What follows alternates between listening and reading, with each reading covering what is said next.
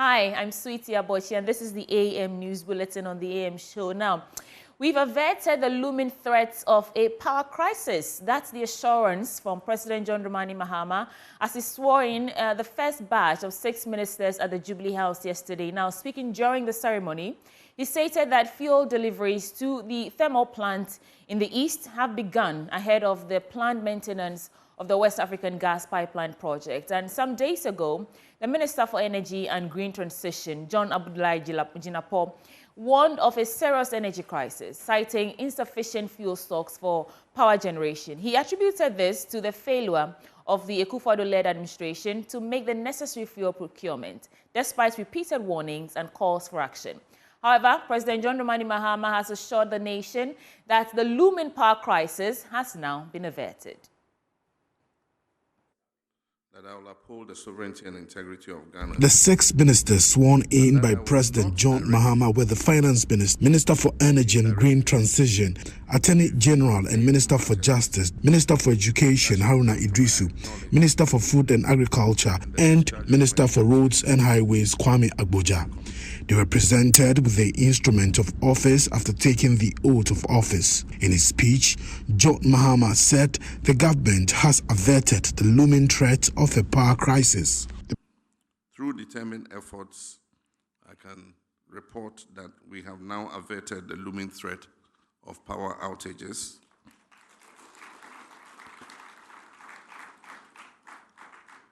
And began delivering fuel to the thermal plants in the east in advance of the shutdown of the West African gas pipeline. And Honorable Jinapo, I want to congratulate you for working very hard. The President further noted that similar timely interventions have ensured that short-term measures are in place guaranteeing an adequate food supply for senior high schools. Similar timely interventions have been necessary in areas such as education, where an acute food shortage was a major problem when schools were ordered to reopen on 3rd January. We have put in short-term measures to ensure that our children have adequate food so that they can go ahead with their learning. These are short-term measures and will help to keep our children in school, even as we strategize on streamlining the supply of food to schools and pay off arrears that are owed to schools, some dating from as far back as 2021. President John Mahama urged the new ministers to serve with humility, emphasizing that the government will not tolerate arrogance or disrespect towards the electorate.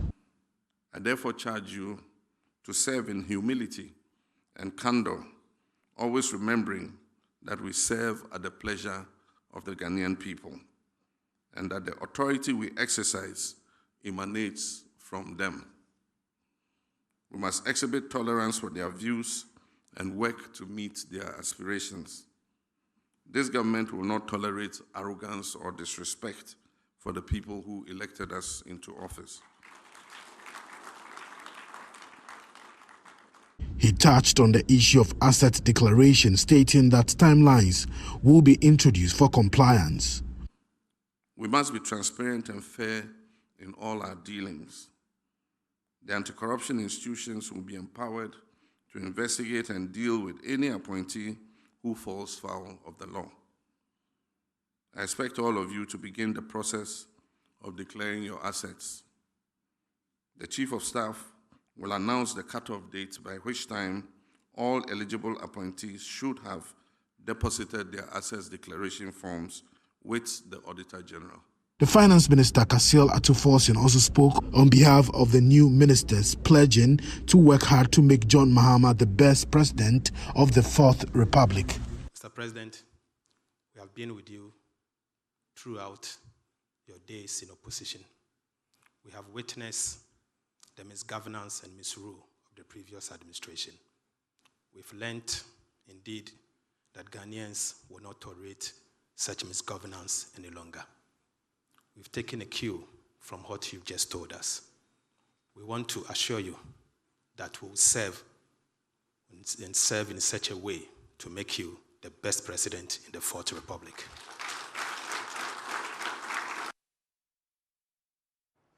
And the NPP minority in Parliament yesterday taking John Mahama to the cleaners and accusing him of abandoning the presidential private jets. John Mahama has been criticized by the NPP over his use of his brother Ibrahim Mahama's private jet since he assumed office. Although the government has explained the use of the jet has come at no cost to the state, the NPP says it is offensive and must stop immediately. I'm just here to correct something that the Honorable Chief Whip made or said, nothing more, nothing less. First of all, he said Akufo-Addo has not traveled on commercial aircraft. I want to say that President Akufo-Addo has traveled on numerous occasions on the same Emirates before. In fact, on some of the occasions, he went to Honorable Asenso. He's here. You can verify for him. I have the privilege as Minister for Defense to always be at the airport when the President is traveling, and your Minister will do same, so I have the records. In fact, I am aware that the President has traveled to the UK numerous times on British Airways. We always have to be there between 10 and 11 for him to go. I'm aware that the President had to travel on Qatar Airways numerous times. So I'm just giving that information to Parliament and to the House. The second thing I want to correct is that President Akufo-Addo has not rented any private jet to travel within the country. West Africa, yes. Outside West Africa, yes. But in the country, no. Current jet is serviceable. It can move. It is working. It is wrong for the President of the Republic to be going on commercial jets when the jet that Ghana used their money to pay for and buy is available and it's working. But the majority in Parliament say the NPP's concerns are unfounded. According to Majority Chief Whip and incoming Roads Minister Kwame Government-Abuja, the NPP, which supervised former President Akufo-Addo's use of expensive rented jets, cannot claim to care about John Mahama's use of a jet which is at no cost to the state. For your information, President Mahama traveled on commercial flight. Unlike, yes. Let me make it extra clear to you. He went on a commercial flight. Unlike the former president who rented private jets even when he's going within the country. President Mahama has never, since he took office, rented and used Ghana government money to pay for any flight. That is the difference between our former president and the current president. Mr. Speaker, it is very, very rich of the former defense minister who sat there and President Akufo-Addo traveled on countless occasions on very expensive private jets, is today telling us that our jet is fit for purpose. So how come you couldn't put the former president, on the same jet flight? Immediately you left office, the jet has become serviceable. Very, very rich. In other stories, life is gradually returning to normalcy in Obuasi following last week's military clash with some illegal miners in Ghana's oldest gold mining town. Schools and other essential services are suspended in the impasse, and the impasse are resuming. Now, however, some private and public schools are recording reduced attendance as some parents fear reprisals despite heavy security deployment in the town. Emmanuel Bright-Kweku tells us more. Students of the complex model school in Obuasi are back to the classroom and happily engaged in the day's activities. In the last 2 days, schools, including universities and the gold mining town, closed temporarily, culminating from the violent clash between soldiers and some illegal miners in the community. Like many other schools in the town, the Obuasi cluster of schools, housing 4 schools, recorded low attendance on the first day after the short break. The situation has compelled teachers to merge classes for teaching and learning. My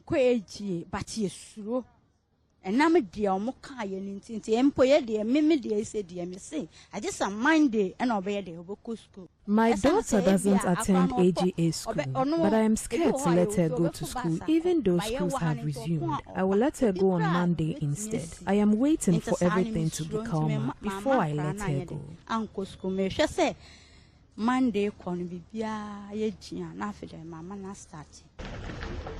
Life is back to the KNUST campus in Obuasi as students actively return to lectures to make up for the lost time. But there are fears of reprisal even as they go about their academic activities. Though we are safe and we go to class, nothing is happening around us. But there is this fear that is in us that there's a probability that something might happen to us or something. So I just wish everything ends so that at least that psychological effect that is having on us would be gone. While students in the Obuasi municipality return to class, their colleagues in the Obuasi East District are yet to resume from their 3-day hiatus. This is the Tutuka Methodist Primary School located specifically in the Obuasi East District. And as you can see, the classrooms remain under lock and key. There's no students around and even teachers. We understand that hopefully tomorrow they should resume school. Authorities here have indicated that they are hoping the tensions will be calmer and peace will be restored in this particular district. George Kumsen is the education director in Obuasi Municipal. So with this incident and the 2 days lost, we are going to make sure that our morning reading sessions, we are going to use those periods to make up for the lost contact hours. The learners and then the teachers and the officer, we are not the target. But as it happens, when there is chaos like that, anyone at all can be affected. With the security in place, there are patrols here and there, and I believe the other sides are also being talked to. Management of the AGA schools have also announced reopening on Monday. Many other residents in Obuasi are eagerly awaiting the total restoration of calmness to go about their daily routine. We think everything is calmer now, but it isn't. The authorities should act swiftly to restore peace. So life is gradually returning to Obuasi, but there is a bit of security concern amongst the residents here. They want in the coming days that security could be continued to ensure that they are more safer in this gold mining town. From here in Obuasi Tutuka, for Joy News, my name is Emmanuel Bright-Kweku. Moving on, the General Overseer of the Calvary Charismatic Center, Reverend Ransford Obeng, has condemned the violent clash between the military and illegal miners at Obuasi, which resulted in the loss of 9 lives. Describing the incident as unfortunate, the minister called for swift investigation into the matter. There's more in this report. The miners are reported to have breached a security fence at one of the abandoned concessions of Anglo Gold Ashanti and were confronted by military personnel on guard. 9 persons have so far been confirmed dead in Saturday's violent clash between the said illegal miners and the military. General Overseer of the Calvary Charismatic Center, Reverend Ransford Obeng, has condemned the violent clash, insisting that measures must be taken to avert a reoccurrence.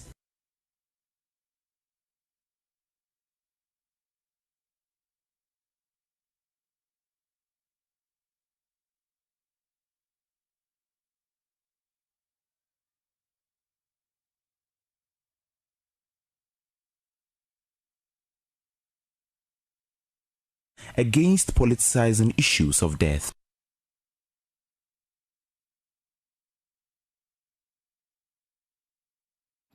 Apologies for the bad sound. We'll bring you an updated one in a subsequent bulletin. But Upper West Regional Minister, the minister designate, beg your pardon, Charles Lawanga Pozuing, has stated that his priority will be to empower the youth with employable skills aimed at lifting the region out of the poverty quagmire it is currently submerged in. He noted that the NDC, in its manifesto, had outlined several programs which he intends to implement to improve the lives of the youth in the region. Lawyer Lawanga Pozuing, who is an immovable property expert, speaking in an exclusive interview with Joy News Upper West Regional correspondent Rafiq Salam, also addressed the land system in the region. He pledged to work with stakeholders to improve the relationship between the Lands Commission and landowners. He called for calm and cool heads when nomination of persons from the region for ministerial positions appeared to be delaying, raising tension within the rank and file of the party. The lot, however, fell on the 48-year-old lawyer, father of 3 and husband to 1, Christy. Charles Wong-Opozun is the 3rd youngest person to be nominated for the position and the 23rd in the 42-year history of the region. The modest, frugal, and unassuming young man from Sabuli is a team player. He intends to build on the unity that prevails in the NDC party and the region at large. So what it means is that every constituency or every district or municipal or metropolitan must have their fair share of the goodies that come with winning an election, which means that jobs must be allocated equally in accordance with equity, which means that the smaller you are, you have small, the bigger you have more. Youth empowerment is his priority. It's to first ensure that jobs are available. So under the current manifesto, we know there are sectors that we could activate immediately, one of which is to start the recruitment of those who do the coding system. Also ask the districts to start recruiting those who want to do the apprenticeship program, and then the Farmer Services Center, which is into agriculture.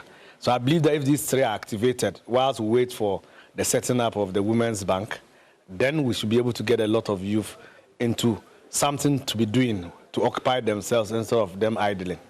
Shocked but excited to hear the nomination of his son as Upper Regional Minister designate at his home located at Napobokole Extension, a 77-year-old Bernard Kofi-Pozun Sr. After the elections, I asked him whether he had any intentions of looking for one of the jobs. And he said no, that he hadn't made up his mind. Little did I know he would become the minister. So he called me in Accra, called me and said, oh, he had been nominated. I said, but you said you were not going for that. He said, oh, the president thought he should be. And he had accepted it with whole heart. Many in the party and in the region are equally excited about his nomination. As a secretary, when we had only 6 seats, so from there in 2020, he managed with the able work of his regional chairman, we got 8 seats. From there, we moved to 11 seats. That's 11 of 11. So he did creditably well. This is a person who relates very well with the youth. It doesn't matter his level of achievement he has made in life. Reporting for J News, Rafiq Salam. Wow. 5 months ago, Joy News was at the Mile 7 roundabout, listening to the frustrations of motorists battling gaping potholes on this key stretch. Back then, hope lingered that the cries for help would bring relief. Today, that hope has turned into despair as the road remains untouched, still a dangerous patchwork of craters, forcing drivers to maneuver through chaos every day. My colleague Jacqueline Ansomayeboa has more in this report. The potholes are the main cause of traffic here. If they can help repair the roads, the traffic will be reduced.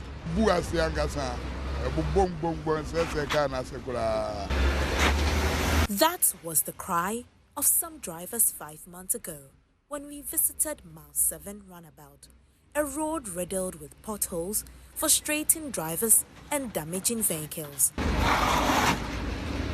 Today, the story hasn't changed. Drivers and motorists are still navigating this obstacle course of a road, risking their vehicles and safety. Many are disappointed, with some saying it feels like their complaints have fallen on deaf ears. The potholes for here, they no be small. Because when you from the ABC there, they come. Before you read the runabout, you see the speed for the inside. But because of the potholes, you know go speed. And traffic too, they cause traffic too for here. The potholes make a gas than before.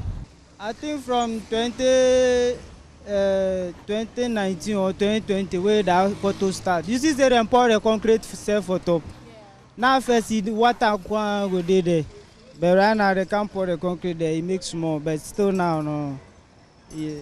problem did it. This area is in terrible condition, and when it rains, it gets even worse. The entire place floods because of the potholes. My car tire burst here because the road was flooded, and I ended up hitting the potholes. It's always a struggle to get through the spots, as it requires a lot of effort just to pass. I've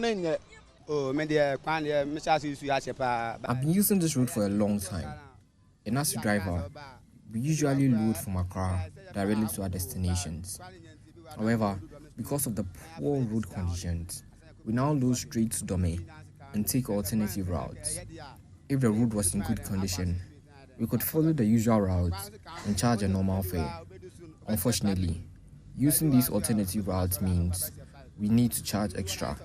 We are appealing to the government to fix the road. This potholes, remain a daily struggle and a daily challenge for commuters, motorists, and everyone who uses this road. The big question remains, until when will authorities find a lasting solution to these gaping potholes at Mile 7? Reporting for Joy News, I'm Jacqueline Ansuma Yeboah. From Mile 7, let's get right into our business updates with Benjamin Akapo. Welcome to Business Updates, and this morning we kickstart matters with our currency market. Up next.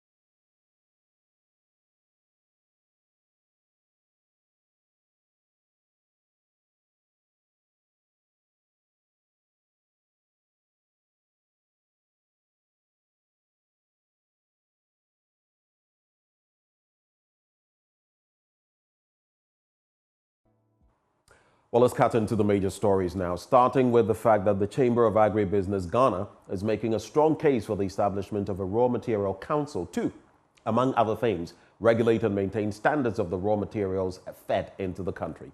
They are of the view the presence of the council will provide information that enables the government to formulate policies for domestic raw materials exploitation, development, and utilization. Chief Executive of the Chamber of Agribusiness Ghana, Anthony Morrison, tells Joy Business such a council would work to reduce the importation and expenditure of raw materials. One of the issues that I said is to set up the Raw Material Council here in Ghana. Most of the raw materials we import is because we have not properly aligned the raw material availability of the country to feed the industry. So what do? You look at how you can do a more better agro-industrialization. I have always believed in the private sector, large-scale commercial farming to coexist with the small-scale farmer processes. So we need to find a way where in each region, at least, we can count between 2,000 to 5,000 of commercial farms. And let's not get it mixed. Tractorization and mechanization are quite different things. So we need to see a system that is actually being set up, that is providing for the industries and the factories. Now, the immediate past president of the Ghana National Chamber of Commerce and Industries, Dr. Clement Osei-Amoako, is calling for a stronger collaboration between government and the private sector to effectively implement the 24-hour economy policy. According to him, it is important to engage the business community on the modalities of the policy. Now, speaking to Joy Business, Dr. Osei-Amoako maintained that when thoroughly executed, the economy will be industrialized.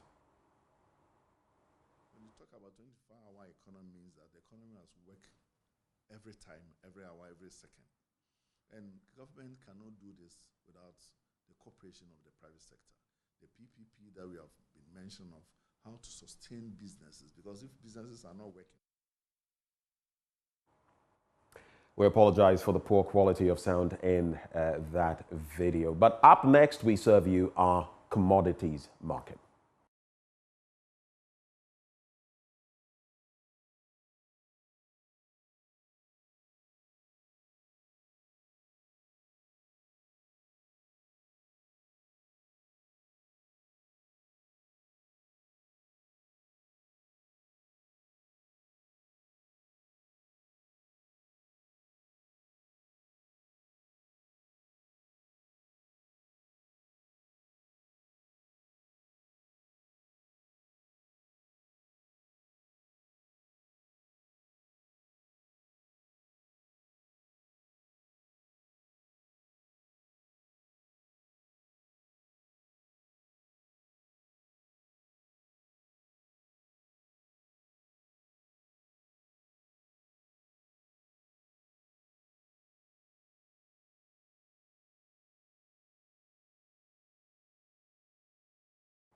You would have noticed a slight tweak in our business updates for you today. And of course, we always seek to bring you better. And yes, you're welcome.